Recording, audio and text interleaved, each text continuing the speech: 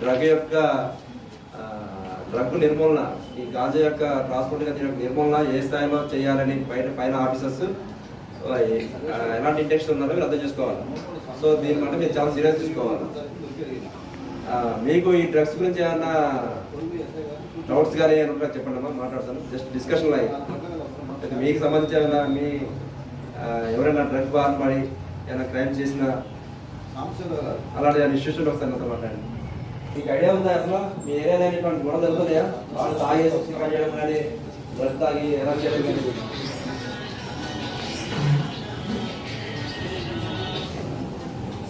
1 month back కూడా చెప్పినా మన కాలేజీలోనే 1 month or 2 months బ్యాక్. కానీ రిపీటెడ్గా చెప్తూనే ఉంటాం ఇది, ఎందుకంటే ఇది ఒక ఎడ్యుకేషన్ అన్నమాట. ట్రాఫిక్ అవేర్నెస్ పిల్లలు కూడా ఎడ్యుకేషన్లో భాగంగా మీకు అవగాహన కల్పిస్తూనే ఉంటాం. ఫ్రీక్వెంట్గా చేస్తాడు. ఈరోజు నేను వస్తే రేపు 1 week తర్వాత వేరే వాళ్ళు వస్తారు, వేరే ఆర్గనైజేషన్ వస్తారు, ఎవరో వస్తూనే ఉంటారు. ఎందుకంటే ఆ రేంజ్లో ఉన్నది అన్నమాట డెత్స్ అన్నది.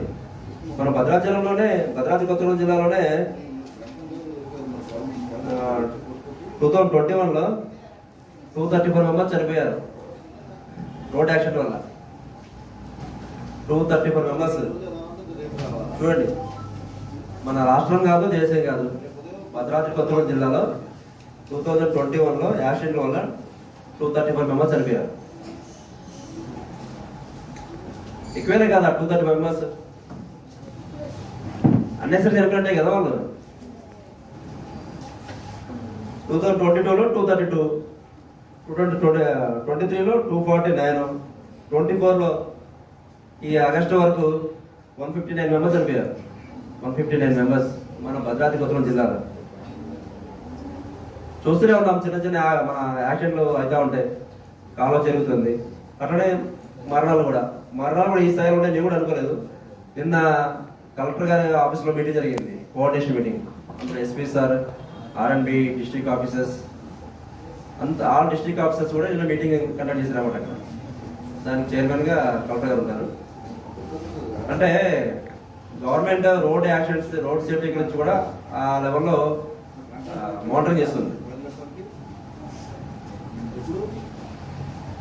మరణాల రేటు తగ్గించాలి అంటే ఏం చేయాలి అన్న దాని మీద ఎలాంటి ప్రికాషన్స్ తీసుకోవాలి అన్న దాని మీద నిన్న కలెక్టర్ గారు ఎస్పీ గారు అందరూ కూడా సూచనలు కూడా జరిగింది అన్నమాట. చెప్పండి అమ్మా, ఇప్పుడు యాక్సిడెంట్ల వల్ల మరణాలు సంభవిస్తున్నాయి కదా, తగ్గించాలంటే ఏం చేయాలి మనం? Cell phone driving, drunk and driving. మెయిన్గా మన యాక్సిడెంట్లలో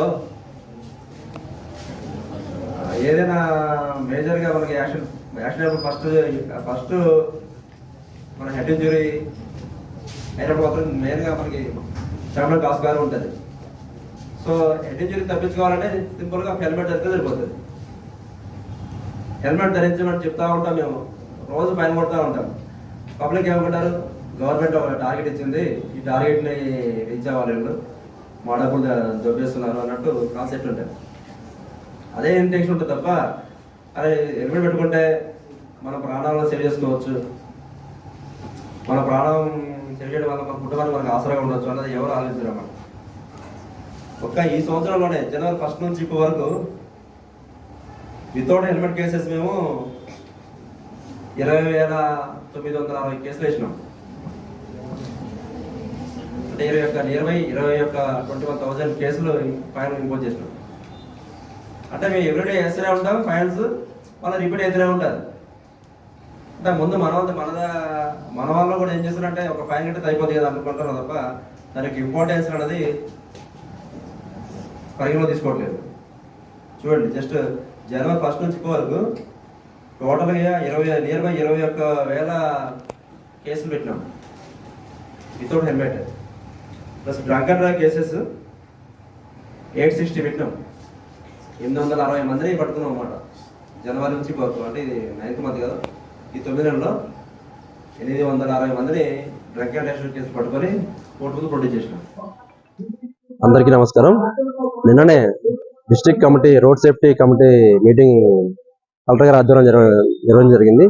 దానిలో భాగంగా కలెక్టర్ గారు, ఎస్పీ గారి ఆదేశాల మేరకు స్టూడెంట్స్కి, ప్రజలకి రోడ్ ట్రాఫిక్ మీద అవేర్నెస్, అదేవిధంగా పోలీస్ తరఫు నుంచి గాంజా గాంజా యొక్క నిర్మూలన దాని యొక్క ట్రాన్స్పోర్ట్ మీద అవగాహన కల్పించడం కోసం ఈ రోజు ప్రభుత్వ జూనియర్ కాలేజీలో స్టూడెంట్స్ తోటి వాళ్ళకి అవగాహన కార్యక్రమం నిర్వహించడం జరిగింది.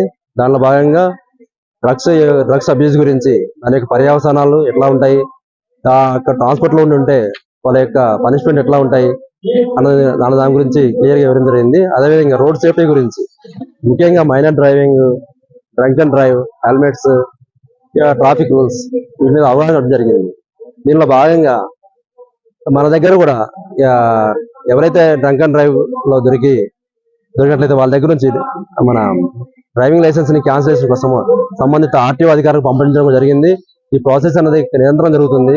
ఇక్కడ నుంచి ఫైన్స్ తో భాగంగా వాళ్ళ యొక్క డ్రైవింగ్ లైసెన్స్ క్యాన్సిలేషన్ కూడా చర్యలు సీనియర్ అధికారుల సూచనల మేరకు తీసుకుంటున్నాము.